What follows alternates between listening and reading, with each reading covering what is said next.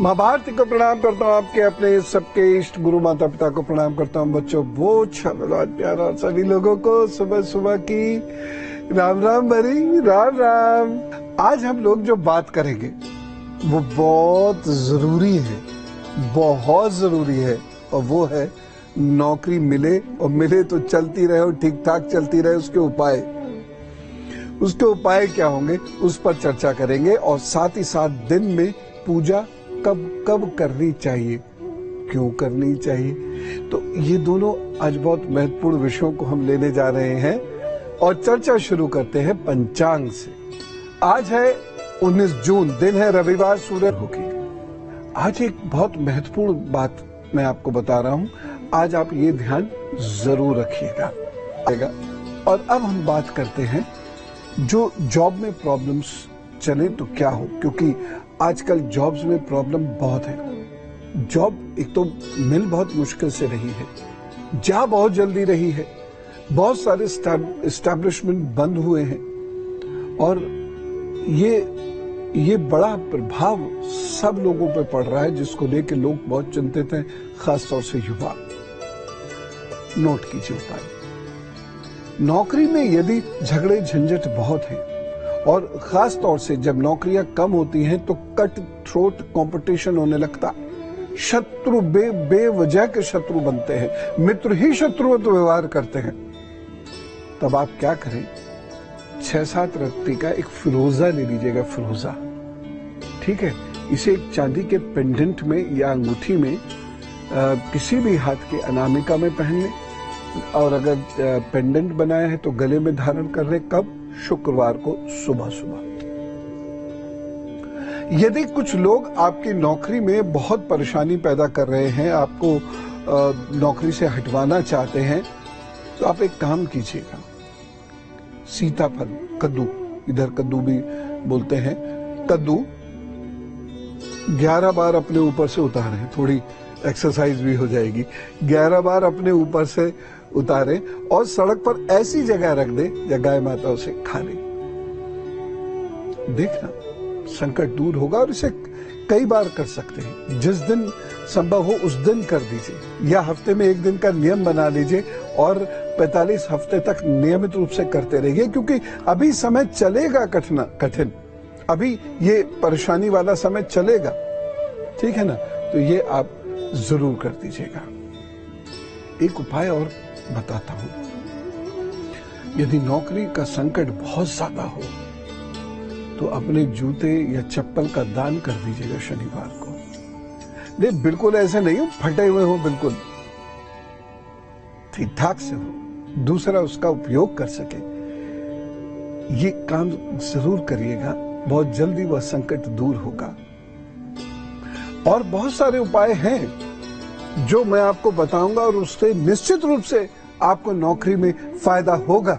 ये नौकरी बने और बचे, इसके कुछ महत्वपूर्ण उपाय जान लेते हैं। अगर आप नौकरी में बहुत परेशान हैं तो आम की छोटी सी लकड़ी ले लीजिए और जड़ की तरफ से निकालें तो ज्यादा अच्छी रहेगी। तो आम की जरा सी लकड़ी और 5 दाने मूंगे के, छोटे छोटे से जो मूंगे आते हैं वो वाले, इसको लाल कपड़े में आप बांध लीजिए, सिल लीजिए और अपने गले में धारण कर लीजिए मंगलवार या शनिवार को। देखिएगा बड़ी दिक्कतें दूर होती चली जाएंगी आपकी। लेकिन ये पहनने के बाद क्रोध बढ़ेगा, इसीलिए क्रोधी हैं आप तो या तो ये उपाय ना करें, और यह संकल्प लें कि मुझे क्रोध अब नहीं करना है, बिल्कुल आपको उससे जरूर लाभ होगा। यह अचूक उपाय है, जबरदस्त लाभ देता, आपको भी देगा। एक और उपाय बताता हूं, श्वेतार्क का पौधा ये घर में लगा लीजिए और नियमित रूप से उस पर जल दीजिए। बहुत सारे बच्चे कहते हैं मम्मी तुम कर देना, तो मम्मी को थोड़ी नौकरी चाहिए, आपको चाहिए। जिसको नौकरी चाहिए भाई वही करेगा। एक और उपाय, पारद शिवलिंग यदि मिल जाए, और नहीं मिले तो चिंता ना करें, रोजाना जल अर्पित करना है काले तिल डालकर। मिल जाए तो बहुत अच्छा है, और शुद्ध हो, इस बात का विशेष ध्यान रखना है।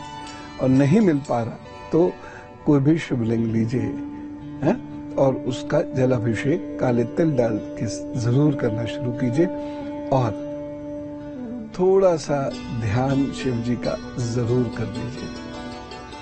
कल्याण होगा, बिल्कुल कल्याण होगा। एक उपाय और बताता हूं, यह भी अचूक है। यदि आपकी नौकरी में बहुत झगड़े झंझट है, बहुत परेशानी है, तो घर में अपने से कुछ बनाइए सुबह सुबह और जब ऑफिस के लिए आप जाएं तो गाय को देते हुए जाइएगा। लेकिन एक चीज मैं यहां भी कहूंगा कि जब बृहस्पति खराब है या राहु खराब है तो ऐसा व्यक्ति काम किए बिना धन कमाना चाहता है और इससे ही प्रॉब्लम्स होनी शुरू होती है। देखिए, जो भी व्यक्ति हमें धन देता है वो हमसे काम चाहेगा। दूसरी बात, हम किसी पर कोई एहसान नहीं करता। लेकिन एक चीज मैं यहां भी कहूंगा कि जब बृहस्पति खराब है या राहु खराब है तो ऐसा व्यक्ति काम किए बिना धन कमाना चाहता है और इससे ही प्रॉब्लम्स होनी शुरू होती है। देखिए, जो भी व्यक्ति हमें धन देता है वो हमसे काम चाहेगा। दूसरी बात, हम किसी पर कोई एहसान नहीं करते।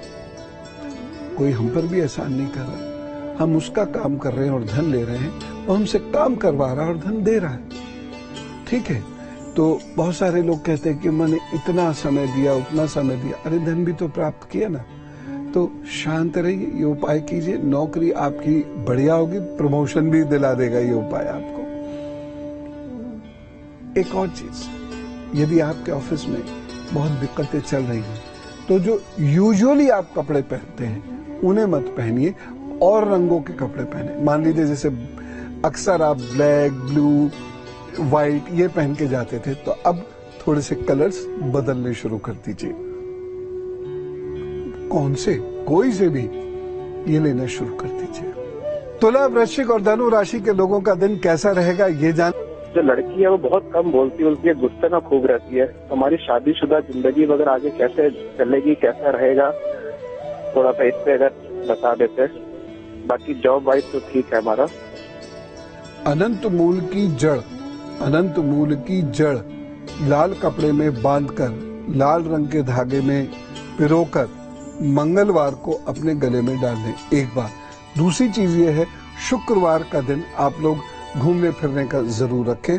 और तीसरा उपाय है कि शुक्ल पक्ष के मंगल के दिन आप दोनों लोग साथ जाएंगे और छोटी छोटी ईंटें एक मिट्टी के बर्तन में करके उस मिट्टी के बर्तन को कहीं निर्जन स्थान पे छोड़ देंगे और दूध बांट देंगे लोगों को, या दूध की कोई चीज बांट देंगे।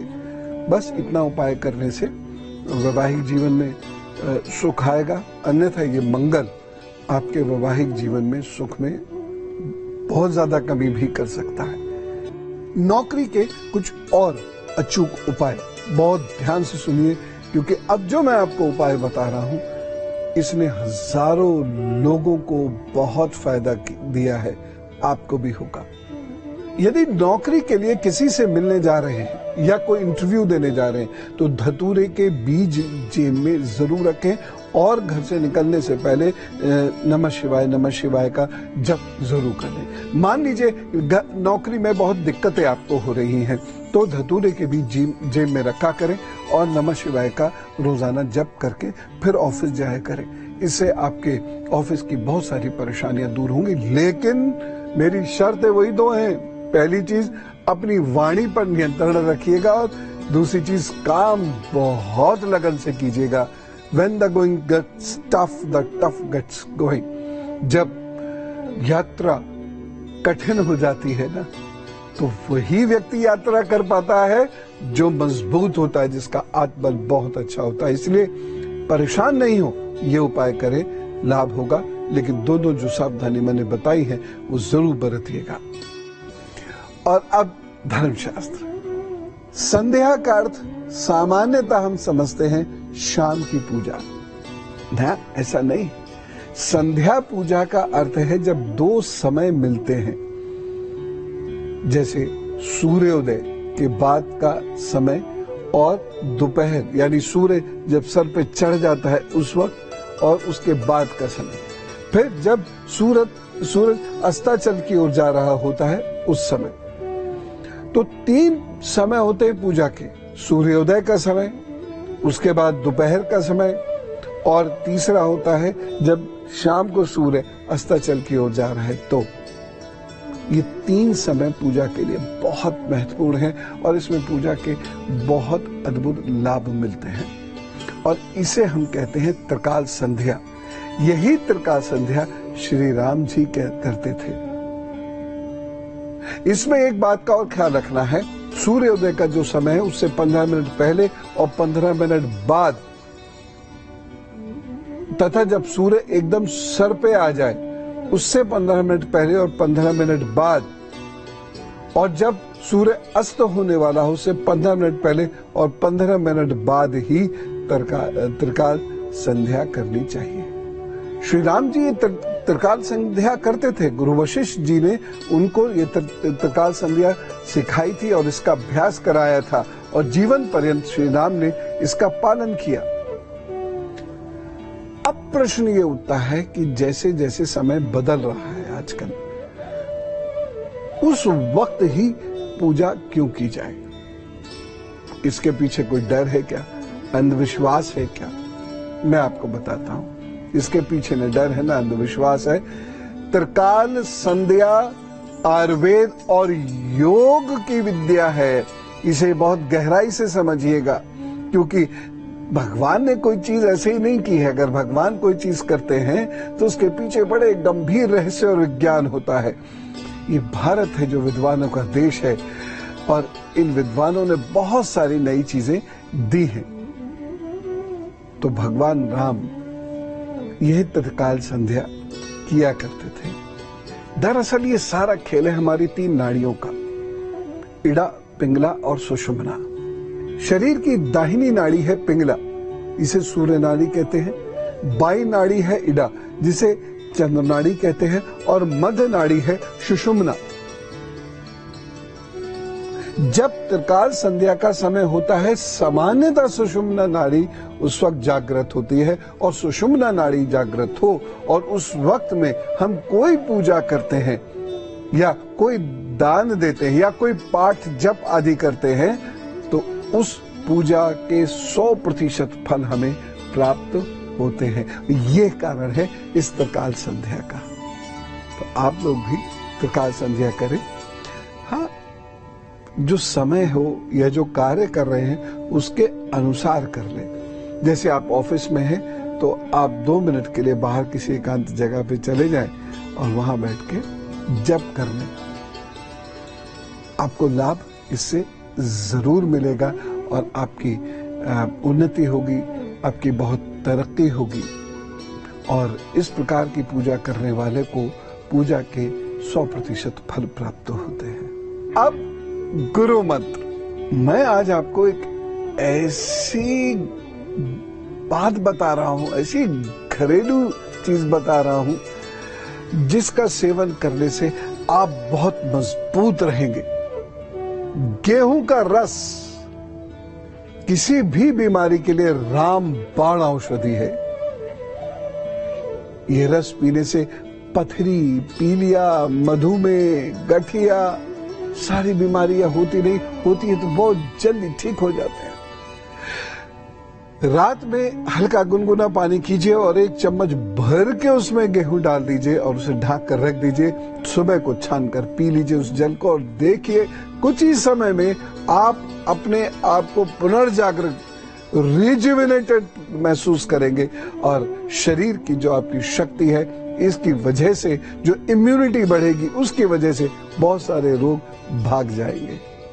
तो आज हमने जो अचूक उपाय जाने नौकरी के, यकीन मानिए ये बहुत जरूरी है और इससे बहुत उन्नति आपकी होगी, परेशानी आपकी दूर होंगी। इसीलिए आप इन उपायों को जरूर करें।